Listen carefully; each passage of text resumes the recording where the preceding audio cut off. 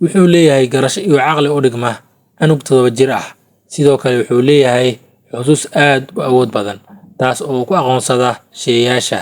wuxuu garan karaa oo kala saari karaa wajiyada bini'aadamka mana hilmaamo qofkii hal maalin dib u geystay. noolaha aan ka hadlayo waa tukahee waxaa loo diiwaan geliyey inuu ka mid yahay xayawaanada ugu caqliga badan ee ku sugan oogada sare ee dhulka. waxaa kaloo loogu yeeraa barihii ama macallinkii koowaad ee baray bini'aadamka sida loo asturo meydka.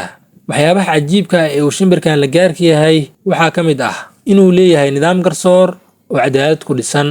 xeerarka u yaala shimbirkan waxaa ka mid ah haddii tuke uu burburiyo buul tuke kale waxaa lagu xukumaa inuu u dhiso buul cusub. sidoo kale haddii uu tuke ku xadgudbo dumaashadiisa ama xaaska tuke kale waxaa lagu xukumaa dil toogasho ah. sidoo kale tukaha qaab caqli iyo garasho ku dheehan tahay ayuu u faa'iidaystaa agabyada ku hareeraysan si waxa uu rabo uga cuno ama uu u qaato.